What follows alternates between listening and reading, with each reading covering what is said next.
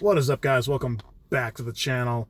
I'm going to revisit the Tyson Fury UFC Superfight right now, just kind of strengthen my argument a little bit here. I want to pull up some numbers, and I think not all of these numbers are concrete. They're not for sure. I mean, some of them sound right, some of them don't sound right. For example, I looked up the purse and payout for this past weekend's mega fight, between Deontay Wilder and Tyson Fury. And according to this article, they're both guaranteed $5 million. That's not including a win bonus, but also says both fighters are slated to take home $25 million plus a percentage of the pay-per-view profits. So I'm not entirely sure how that works. I don't know if their contracts were just like, yeah, you're going to get $25 million for the super fight. I did see another article that stated that one fight was predicted to generate $200 million gross. So maybe the fighters were guaranteed 10% of the gross on top of the pay-per-view revenue. I don't know. But I do think that figure is slightly small for the guaranteed $5 million. Not too sure, but I wanted that number first. And then we're going to move on to some... I figured a good measuring stick for how much it would cost to get Tyson Fury in the UFC would be one of the highest paid athletes in the UFC right now, and that's Conor McGregor. So on Conor's last championship fight against Khabib, you can see Conor was his purse was $3 million. So he got $3 million just to fight, but he had a no-win bonus on his contract. So he was going to make $3 million win, lose, or draw. Okay? And even if he won, he would not be subject to any additional money. But that's just contracted payouts. That's not including pay-per-view money. Okay? And that was it. And a reason I wanted to pick that fight is because the Khabib and Conor fight was the highest selling mixed martial arts pay-per-view of all time. And Conor is obviously, Conor's a worldwide superstar, and everybody watches him fight. And that's why I think it's a good measuring stick for someone like Tyson Fury. I guarantee if Tyson Fury was on a UFC card, he would have the biggest UFC pay-per-view of all time in terms of buys. Now, I also looked up Tyson Fury on his contract. According to this, he's got 3 fights left on his contract. So that tells me, I'm pretty sure he's talking about after this past weekend's fight. So he's got 3 fights left on his contract. What concerns me is sometimes how long it takes boxing matches to get put together, management teams, promotional issues, all the stuff like that. So Tyson might be committed to those 3 fights for the next 4 years. So the window of opportunity on him getting a UFC fight is going to close if he doesn't knock out these fights quickly. But like I said, I honestly do think it might be illegal. But I do think someone from the UFC, whether it be Dana White or whoever the main member, the people that bought UFC from the Fertitas, whoever is really in charge, they are calling Tyson Fury. They are calling his management right now saying, we need to get this, we got to get this going ASAP. That phone call was being made Monday morning. I know it.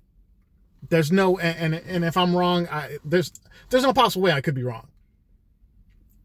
They see the dollar signs, all right? And they know with someone like Tyson Fury, who is a tremendous athlete, he could fight in the UFC and win against some of their top talent. So, come on, I'm all over the place here.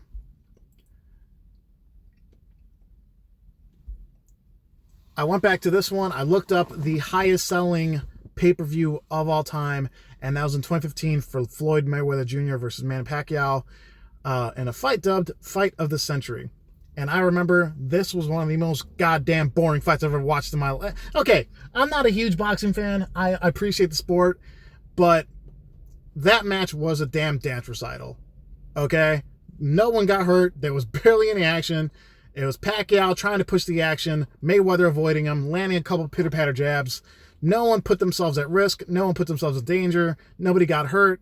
It was a 12-round dance recital, and it was the highest selling pay-per-view of all time. Okay? I honestly feel, and I think the people at the UFC could probably see this too, if Tyson Fury fought Jon Jones, that would be the highest selling pay-per-view of all time. And it would be essentially, it would have to double the current highest selling UFC pay-per-view of all time, which was 2.4 million views for the Conor and Khabib fight. Now, it would have to be a stacked card, and I think it would have to be Tyson Fury versus Jon Jones. Okay? And I think I honestly do think a deal could be made with Tyson Fury to get him into the UFC. Now, this is, most MMA fans know this. Maybe or casual fans don't know this. Headliners and co-headliners on a UFC pay-per-view event. I believe this might have changed the last few years. Headliners might get $2 per pay-per-view buy. Co-headliners might get $1. So if you imagine that a Tyson Fury versus Jon Jones fight, each of those fighters gets even $1 from a 2.4 million buy pay-per-view. That's $2.4 million just for stepping in the cage. If it's $2, you're talking about 4.8 million. Now, if this is the highest selling pay-per-view of all time, which it very well could be, imagine a 5 million buy pay-per-view for the UFC for Tyson Fury versus Jon Jones, or Tyson Fury versus Stipe Miocic. Then, if it's a $2 per buy, Tyson Fury makes $10 million for stepping in that cage without any fight earnings. And if it's $1 per pay-per-view buys, then it's potentially $5 million just for walking into the damn cage. Okay, a lot of you, I know, because that would be the main argument I'm going to hear, is how it's not worth his time to fight in the UFC. I disagree completely.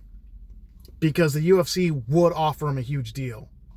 They would. This would be the biggest deal ever offered in MMA history, in UFC history.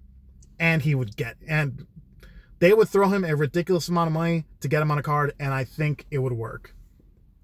I mean, $30 million for 3 fights, maybe even $30 million for 2 fights.